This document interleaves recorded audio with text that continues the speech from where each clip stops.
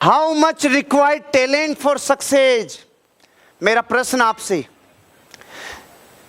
अगर जिंदगी में आज के बाद जो बात मैं आपको भी बता रहा हूं, ये इमेजिनेशन अगर गहरे में सबकॉन्शियस माइंड में बैठ गई तो आप बापू हो बापू, दुनिया को जीत लोगे। इसलिए ध्यान से सुनना, एक एक चीज इंपॉर्टेंट है। जिंदगी में कामयाबी के लिए टैलेंट कितना जरूरी है?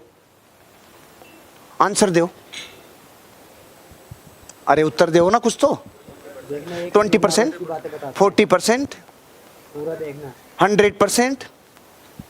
जिंदगी में कामयाबी के लिए टैलेंट कितना जरूरी है? 100%, गुड। 1000%, very good. 10%, आ गए लाइन पे कि यही नहीं बोला, ये बोल के देखो, देखिए एक बार 0। ये फिट बैठना चाहिए, क्योंकि सर राजी नहीं हो रहे। 10, 20, 30, 40, 50 हजार 0 बोलो, सर को खुश हो जाएंगे। अरे अगर 10% भी जरूरत होती तो दुनिया में ऐसे बहुत लोग हैं, अरे जो अंधे थे और गूंगे थे, बोल तक नहीं सकते थे, लेकिन बापू बन गए दुनिया में। वो कैसे बन गए? अरे जिन्होंने जिंदगी में अक्षर ज्ञान नहीं लिया, अंगूठा छाप थे, वो बापू कैसे बन गए? अरे जिनको कुछ भी नहीं आता था, सिर्फ पहाड़ चढ़ना जानते थे, वो दुनिया में बापू कैसे बन गए? जिनको कुछ नहीं आता था, सिर्फ तबला बजाते थे, वो बापू कैसे बन गए? जिनको कुछ नहीं आता था, सिर्फ गाना गाना आता था, वो बापू कैसे बन गए? जिनको तैरने के अलावा दुनिया में कुछ नहीं आता था, वो बापू कैसे बन गए?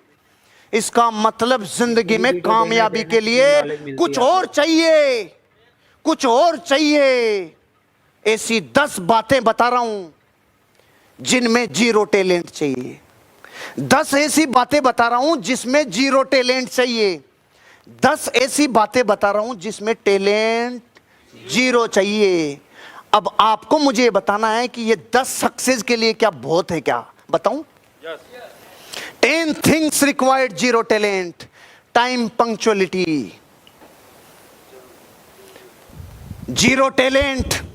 अंगूठा छाप भी टाइम पे आ सकता है, एक पढ़ा लिखा भी टाइम पे आ सकता है, एक डॉक्टर, इंजीनियर, एक चार्टर्ड अकाउंटेंट, एक कंप्यूटर कंसल्टेंट, एक गोल्ड मेडलिस्ट, एक साइंटिस्ट, एक सिंगर, एक राइटर, एक क्रिकेटर, एक गांव का पनवाड़ी, एक गांव का ग्वाला, एक गांव में भैंसे चराने वाला, एक दुनिया में साधारण मजदूरी करने वाला।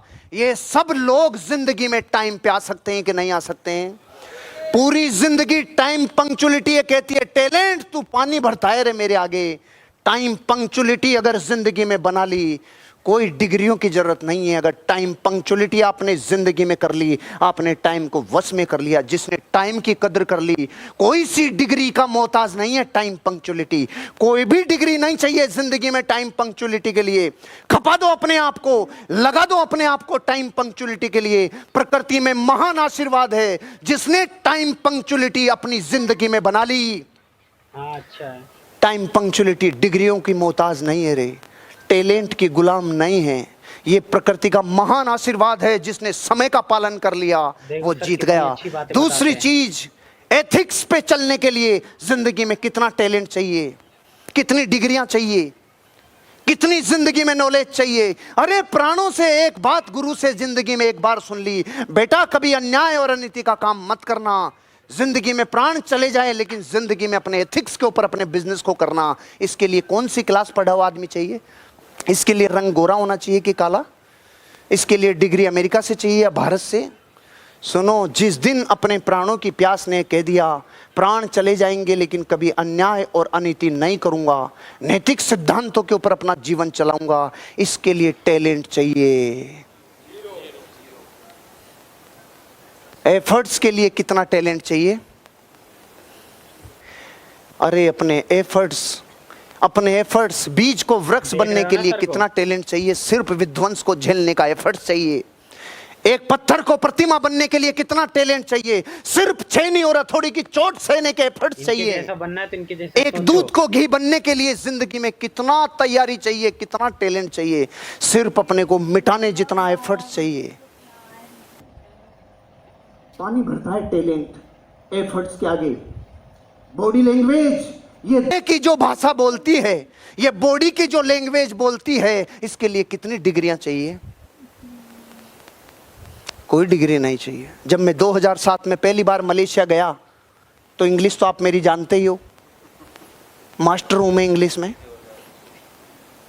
अब वहाँ पे चाऊ म्याऊ चाऊ म्याऊ चाऊ म्याऊ ऐसे लोग, वहाँ पे छोटी छोटी गैया छोटे छोटे ग्वाल, ऐसे लोग हैं उधर मलेशिया, थाईलैंड, सिंगापुर, ऐसे लोग हैं, समझते हैं, छोटी छोटी गैया छोटे छोटे ग्वाल।